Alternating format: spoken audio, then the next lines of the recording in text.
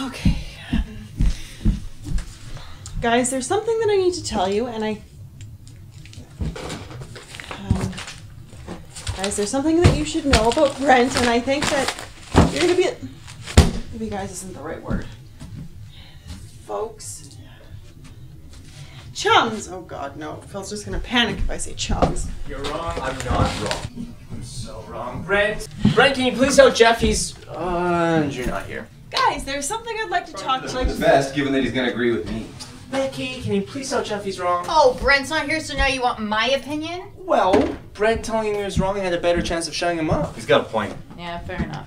So, will you please tell Jeff he's wrong? It's gonna be hard for it, given that I'm right. You're wrong and I hate you. I'm right, and you love me in a way you're not prepared to deal with. Oh, sorry, Phil. I think he does have a point. Confirmation, yes. You do love him in a way that you're not prepared to admit. Confirmation and a burn. Double yes.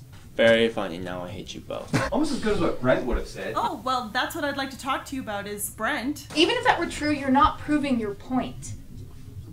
Okay, fine. Basic principle.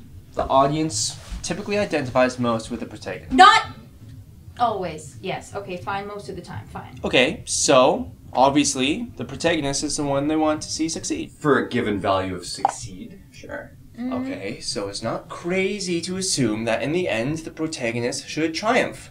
It's what we all want to see. What's that got to do with anything? It's got everything to do with everything. What? No, well, it's just silly. We're talking about audience expectation, not the unified theory of physics. This is what happens when Brent's not here. Phil gets overstimulated.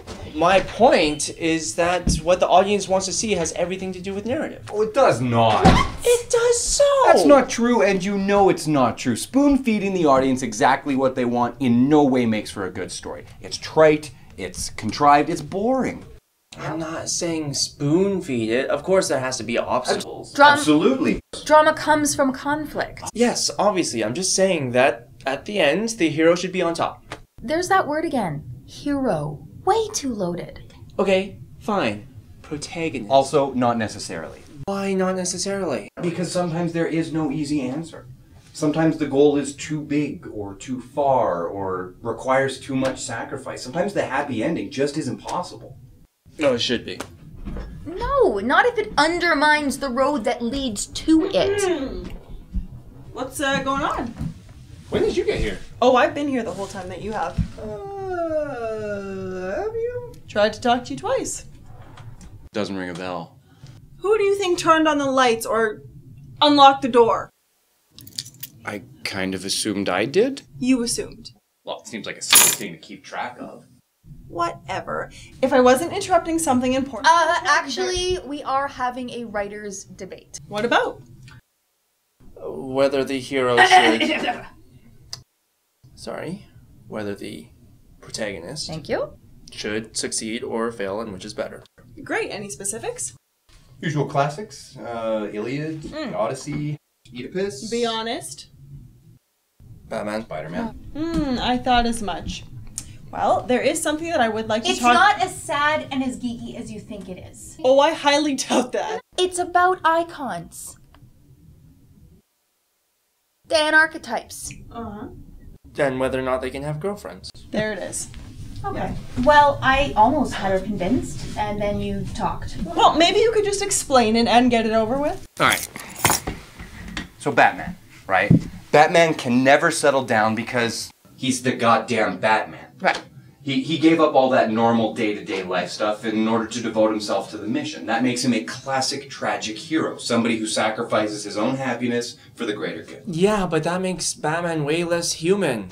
Way less relatable. I mean, his obsession to be Batman above everything else makes Bruce Wayne way harder to connect to. And this is the appeal of Spider-Man, right? He's Peter Parker first. He's Spider-Man second. But he also cannot be happy. Yeah, because apparently, if anything good happens to him on a long-term basis, it dilutes the character. But that's part of the icon of Spider-Man. Even when he wins, he loses. Which I think is crap.